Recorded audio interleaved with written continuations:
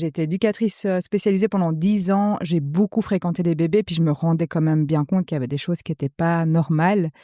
Typiquement, dès que je passais l'aspirateur, le petit chat, commençait à crier ou à se boucher les oreilles ou à pleurer.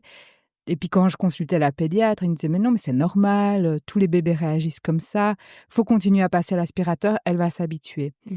Donc il y avait vraiment des choses comme ça sur le développement et puis des choses aussi qui allaient très vite. Elle a été propre hyper vite, elle a parlé hyper rapidement et souvent, on me faisait des retours à la crèche: «Ah bah, ça travaille, hein, dans sa tête, Mmh. ça va vite, hein, elle pose quand même beaucoup de questions existentielles. C'est plus facile le lien avec les adultes qu'avec les enfants». Donc voilà, il y avait plein de petites observations, mais on nous ramenait souvent du fait que c'était une enfant unique Mmh.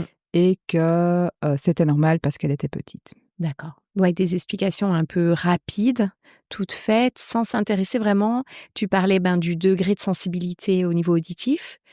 C'était banalisé, tous les enfants ont peur de l'aspirateur, c'est normal. Sauf que les réactions, elles avaient l'air assez exacerbées dans ce que tu racontes?